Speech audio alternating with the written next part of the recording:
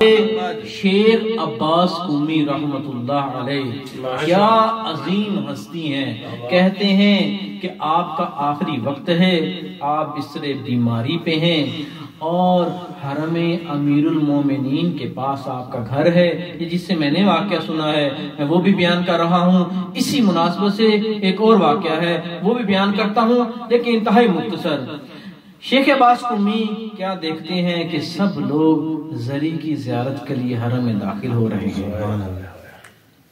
ایک شخص آپ کے پاس آتا ہے، آپ کو پریشان حال دیکھتا ہے، پوچھتا ہے اے شیخ عباس قمی، اے مولانا، اے عظیم ہستی، آپ یہ بتائیں کہ آپ کیوں پریشان ہیں؟ تو آپ کہتے ہیں کہ مجھے بڑی حسرت ہے کہ میں ذریح پاک کا بوسہ جا کے نہیں دے سکتا. بیماری کی حالت میں ہوں، اتنی ہمت طاقت نہیں کہ حرم میں جا کے ذریح پاک کا بوسہ دوں.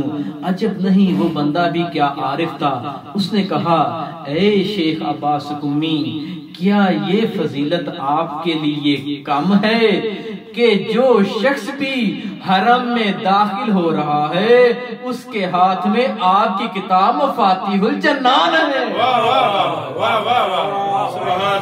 جو بندہ جا کے زیارت کر رہا ہے اس کے ہاتھ میں آپ کی کتاب مفاتیح الجنان ہے.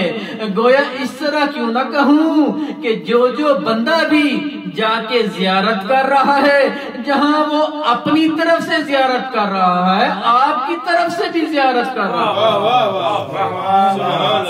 آپ کی طرف سے بھی زیارت کر رہا ہے. یہاں اس واقعے کو ختم کروں، آؤں آپ کو بتاؤں کہ کیوں زیارات کی اتنی کتابیں ہیں. تحفۃ الزائرین، وظیفۃ الابرار، مصباح المتحجد، کامل الزیارات. لیکن اللہ نے اس کتاب مفاتیح الجنان کو کیوں اتنی عظمت بخشی کہ جس گھر میں قرآن مجید ہے وہاں مفاتیح الجنان بھی ہے. جس گھر میں قرآن مجید ہے وہاں مفاتیح الجنان بھی ہے.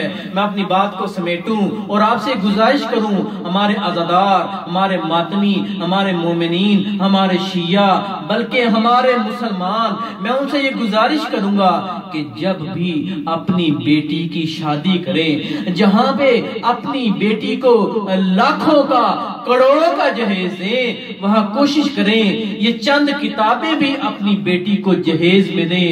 قرآن مجید، نہج البلاغہ، صحیفہ سجادیہ، مفاتیح الجنان اور وہ توضیح المسائل کہ جس کی بیٹی اس کی تقلید کرے.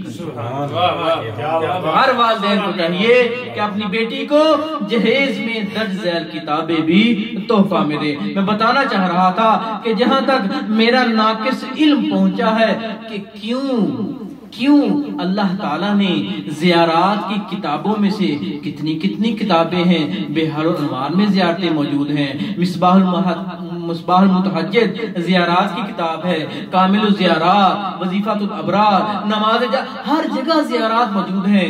لیکن اللہ تعالیٰ نے اس کتاب کو کیوں اتنی عظمت دی؟ میں موضوع چھوڑ رہا ہوں، فقط 2 جملے بیان کروں کہ ایک عالم دین سے میں سن رہا تھا کہ کریمہ اہل بیت کے حرم میں آغائی شیخ عباس قمی درس دے رہے تھے، خطاب کر رہے تھے. آپ کے والد بزرگوار، ان کی آنکھیں کچھ کمزور تھیں، ان کو صحیح نظر نہیں آتا تھا. آئے ہیں وہ حرم آ کے انہوں نے کیا دیکھا کہ خطاب کر رہا ہے کوئی عالم دین، آ کے آخر میں بیٹھ گئے، پورا خطاب سنا. خطاب سن کے جب گھر آئے، آپ کے بیٹے جناب شیخ عباس قمی بھی گھر آئے. آپ کے والد محترم آپ سے کہتے ہیں او میرے بیٹے، کیا پڑھتا ہے تو، کیا تبلیغ کرتا ہے؟ اگر تبلیغ کرنی ہے ایسی تبلیغ کر جس طرح کی تبلیغ میں آج حرم میں سن کے آیا ہوں. جب باپ نے یہ کہا اے بیٹے اس طرح تبلیغ کر جس طرح میں حرم میں سن کے آیا ہوں. کیا انداز تبلیغ تھا، کیا فن خطابت تھی، کیا روحانیت کے ساتھ وہ بندہ تبلیغ کر رہا تھا. عجب نہیں اللہ تعالیٰ نے ہمیں کیسے علماء عطا کیے. نہیں بتایا اپنے والد کو، اے میرے بابا وہ تو میں تقریر کر رہا ہوں، اے میرے بابا وہ تو میں خود تھا۔ یہی وجہ ہے کہ جتنی تواضع آپ کریں گے خدا کی ذات آپ کو اتنا بلند کرے گی۔